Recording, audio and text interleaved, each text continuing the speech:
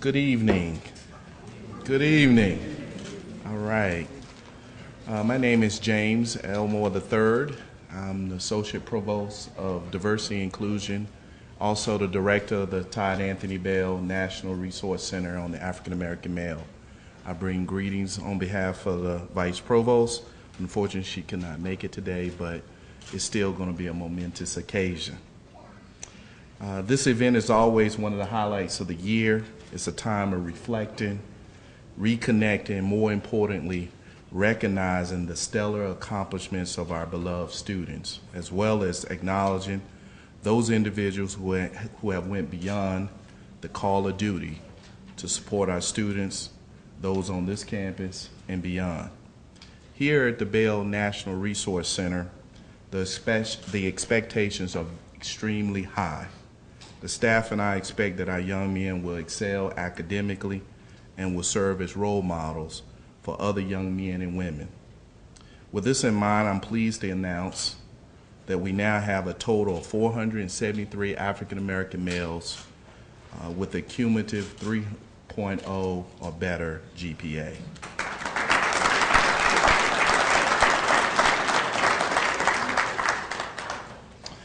An increase of 223 students from 2006. I would argue that you would be hard-pressed to find any institution across America with these kinds of numbers.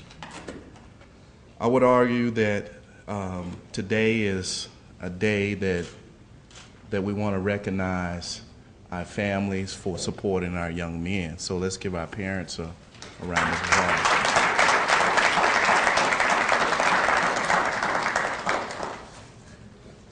At this time, we're going to proceed, and so I look forward to getting to know everyone.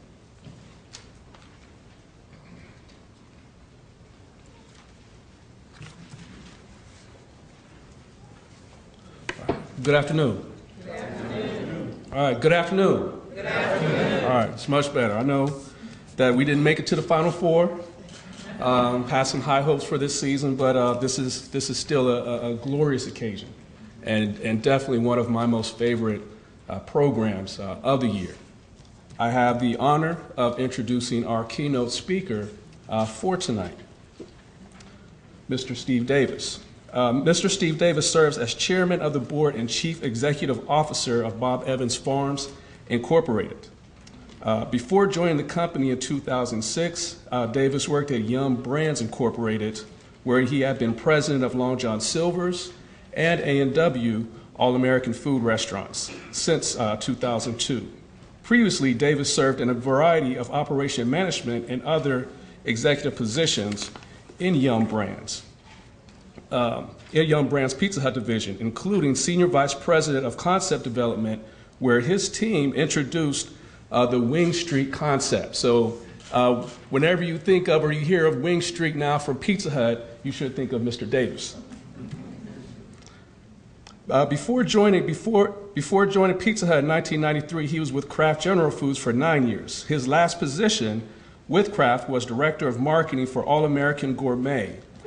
Earlier in his career, he held a series of brand management positions in Kraft's cheese business, where he launched several successful new products and marketing campaigns for household brands such as Philadelphia brand cream cheese, Cheese Whiz, and Velveeta, to name a few. In July of 2001, Davis was appointed to the board of Jobs Ohio, Ohio's new private nonprofit corporation that will lead Ohio's job creation and economic development activities. Davis also serves as a board member of the Arthur G. James Cancer Hospital and Richard J. Solove Research Institute Foundation. He is a member of the Columbus Partnership and Compete Columbus, two organizations focused on economic development strategy for the region. He is also a member of the Ohio Business Roundtable and the National Council of Chain Restaurants. He served as 2000 chair for Operation Feed, which provides food for needy families in Central Ohio. Recently, he was elected to serve as the co-chair of the Ohio State University Medical Center fundraising campaign.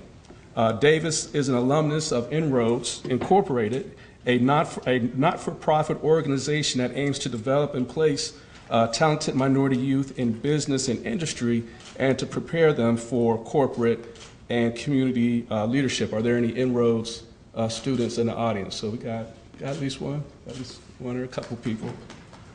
So round of applause. Excellent organization. He was honored with the first Inroads National Leadership Award in March 2011. In 2012, he was honored by the African American and African Studies Community Extension Center at The Ohio State University with the William E. Nelson Community Warrior Award for business for his efforts in advancing the role of African Americans in Columbus. He served as chairman of the board of Summer Bridge Louisville Educational Assistance Program from 2003 to 2006 and was a board member of Turner 12, an organization that provides assistance to lower-income children to attend college in Dallas from 2000 to 2003. Black Enterprise Magazine in 2005 named Davis as one of the 75 most powerful black men in American business, and in 2010, he graced the cover of Who's Who in Black Columbus.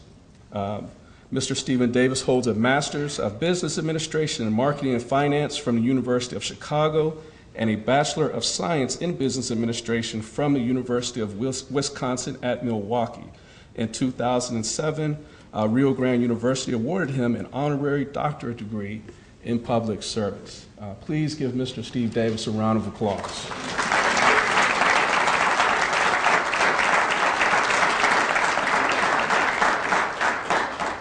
How y'all doing this evening? Good, good, good. Hey, I heard some news about a series of students having a 3.0 or better, and the applause sounded like a golf clap.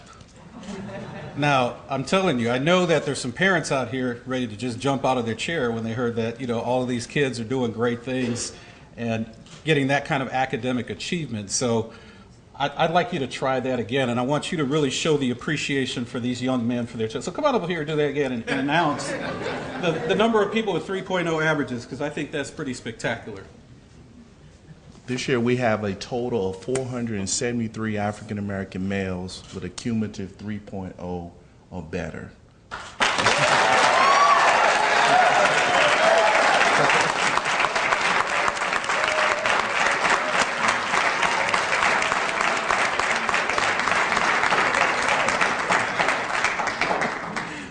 Well done.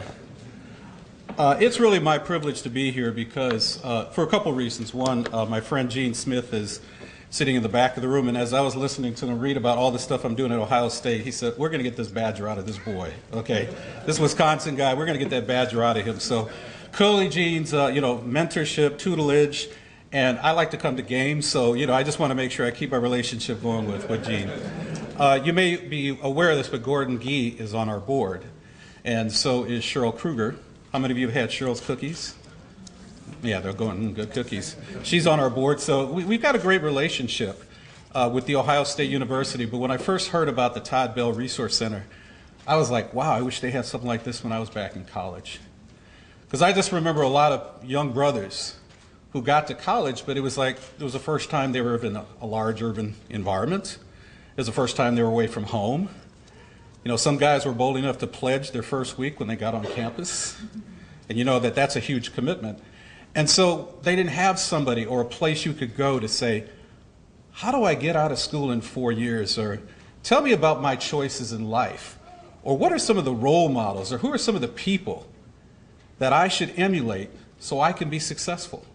So I just want to congratulate the Ohio State University for having the vision and the wisdom and the commitment to making sure that our young black men are getting the opportunities that they deserve. So let's give the Todd Bell Resource Center a round of applause.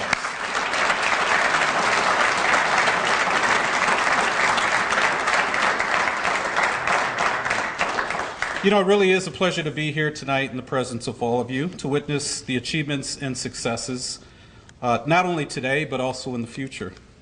I'm the kind of person that draws energy from these types of situations. You heard that over the years I've been involved with different organizations. And one organization in Dallas, Texas, called the Turner 12, was designed to go to the projects of South Dallas and recruit children in the 7th and 8th grade and prepare them for college. And they had a simple saying: what they see is what they will be. And so all you had to do is take children who were in some of the toughest economic situations, some of the toughest environments that you and I have ever seen or maybe lived in, and all of these children wound up getting into four-year colleges. What was the difference? They believed. And there was a group that was committed to their success. And you have those same ingredients here. So that's why I'm fired up about all the good work that you are doing here at The Ohio State University. So Gene, let me show you what I can do. OH! OH! Do I pass? Okay, I got it. Thank you. You know, whenever I'm on a university campus, it kind of takes me back to when I was at the University of Chicago, and it gives me a chance to really reflect on where I am today. And I always come back to two things. One is the importance of goal setting, and the second is the importance of mentors. Relationships are really everything in life, and if there's one piece of advice I'd like to leave with you, it's to build and nurture the relationships in your life. Now, one relationship I nurtured early on in my career, and that's why I was cheering for Inroads. I'm an Inroads intern. I was an Inroads alum, and I'm a proud alumnus of the Inroads program. Inroads is one of the nation's top diverse internship programs, and it really made a difference in my life, but it took some work on my part. Unlike maybe some of you in high school who excelled and achieved, coming out of high school, out of 165 students, I graduated 62nd with a cumulative GPA of 2.75.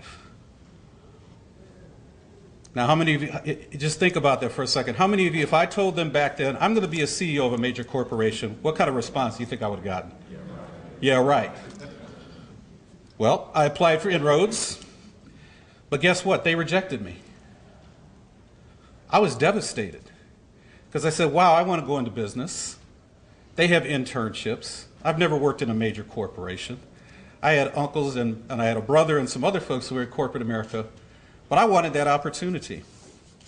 And there was a man at Inroads, his name was Lorenzo Tovar. He told me that I didn't have what it took to get into what they called their talent pool. And that's where they select the students to go interview for the jobs. So I took that disappointing news and I thanked him for it. But what I did is I sat down and set some goals for myself and put my nose to the grindstone about achieving them. So a couple years later in college, I made the dean's list and achieved a 3.5 GPA in my business school classes. This time I got a phone call, and guess who it was from? It was from Inroads and Lorenzo Tovar, the same man that rejected me. And he called me and he told me he had been keeping track of my academic progress. So clearly he saw something that maybe I didn't even see in myself. I became an Inroads intern at Northwestern Mutual Life Insurance Company, and I came across a gentleman, and his name was Will Reimer. Will became my first mentor. You know, I still know Will. Will's 86 years old. We stay in touch. And Will calls us the odd couple. Because he's like, look, I'm older than your father. I'm a white man from the suburbs. What do you and I have in common? And we kind of laugh about it and said, well, we have a fondness for each other. Somehow we connected, and he almost adopted me like one of his sons. He wrote my letter of recommendation for business school. He attended my graduation. He even attended my wedding. He was influential in teaching me about business and setting goals for myself, and I'm happy to say that Will is still one of my dear friends. His genuine interest in me, his belief, and his generosity of his time and self inspired me to go and mentor others. From him, I learned that you have to model yourself after those who you want to become. Another key mentor was Professor Schaefer, my statistics professor. He took an interest in me and my love for quantitative analysis. He was kind enough to author my letter of recommendation to the University of Chicago, as did Will, and as did Lorenzo Tovar. During my undergraduate internship experience, I was exposed to talented, intelligent professionals who all had masters in business administration. Now, when I first got to college, I'm thinking, I'm 4 and done. Okay, I'm going to get my degree and I'm going to go out and get a job and I'm going to make some money. But as I kept talking to people who had their MBAs, I noticed a difference in how they acted, how they carried themselves, their career trajectory. They encouraged me to start thinking about pursuing an advanced degree. And one person encouraged me to apply to the University of Chicago. My first reaction was, that's a tough school to get into. Cliff's reply was, you'll never get in if you don't apply. Will was encouraging in that as well, as were my parents. Now, while setting my sights on that new goal, I was beginning to realize you got to set your goals high. Don't set goals that you think you can achieve. Set the goals that you think aren't possible, and then proceed to go after it. When I had to draft my business school applications, one of the questions they ask you is, where are you going to be in 10 years, and where will you be in 20 years? So on my application, I wrote in 10 years to be a Fortune 500 vice president, and 20 years be the president of a division of a Fortune 500 company. Well, two things I'd like to share with you. After graduation, you're happy, you got your parchment, you're ready to move on. I'm moving out of my apartment. I find an old box of papers. And in there was the application for the University of Chicago. And something told me, read it. I almost tossed out the application because I said to myself, what I wrote down, was I serious about that, or was that just a way for me to get into business school? I then proceeded to think about what are the skills necessary to be a vice president and be a president. Then somebody gave me some great advice. Master 2 areas of expertise and be proficient at least in one other.